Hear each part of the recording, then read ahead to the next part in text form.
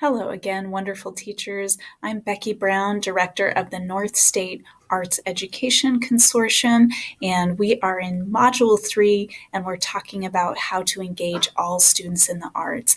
This is closely tied to those lesson plans that you're developing. So you've decided on the arts standards as well as your learning objectives. You have developed a summative assessment, so you know where you want your students to arrive. So now we need to work on those steps or those activities that are going to engage your students in the learning so that they gain mastery of those learning objectives. So we're going to be talking about formative assessment. I know this was a concept that really transformed my teaching practice. I'll be honest, when I was a young teacher just starting out, I would feel like I really nailed it if a couple of students in my class could raise their hands and give me the right answer. And I do remember feeling really frustrated when I would give a test and students would bomb because I wasn't kind of checking in along the way to see if they were getting what I wanted them to get. So formative assessment is a method for checking in with students along the way to understand if they're comprehending the concepts, if they have some learning needs that need to be addressed, and what their academic progress is during a lesson, unit, or course.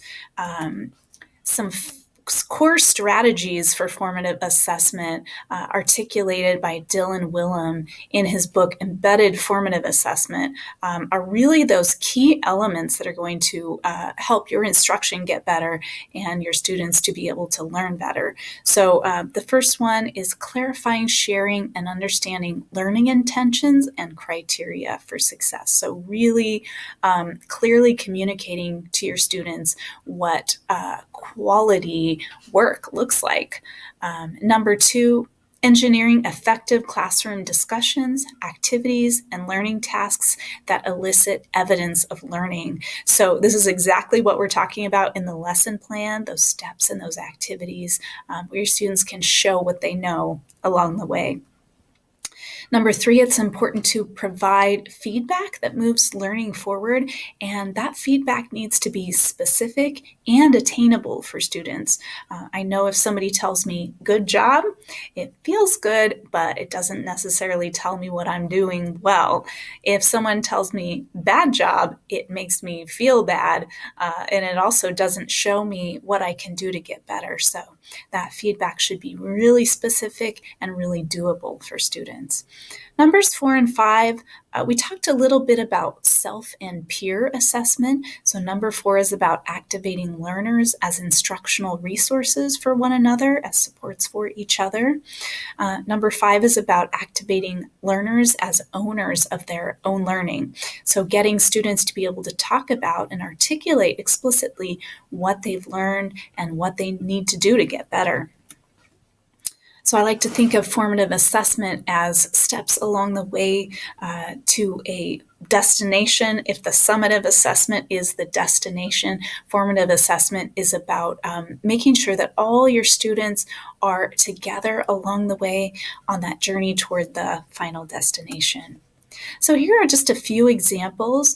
You could have a class set of student whiteboards, and that way if you ask a question, you can take a quick survey of the room to see if students are getting it. For example, in a ceramics class, I could ask students what a great way to connect two pieces of clay might be. I know that if they write down slip and score, then they understand what that strategy is for using clay. If a student has a different answer, that's also a great way for me to question that person a little bit further to see how they arrived at that conclusion. Another example would be thumbs up or thumbs down. I could ask my students, hey, how comfortable would you feel sharing with your elbow partner the order of the colors of the rainbow? Give me a thumbs up or a thumbs down. Thumbs up if you would feel really comfortable. Thumbs down if you need a little bit more help to do that. That way, again, I can take a quick scan of the room and know which students might need a bit more support and review.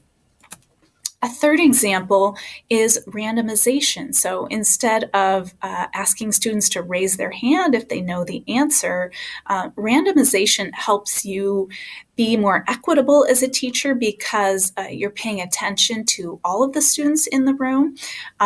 It also helps you to understand how all of your students are progressing along the way. So if you use 3x5 cards or popsicle sticks and write all the students' names down and choose those randomly, you can get a better kind of survey of what students know.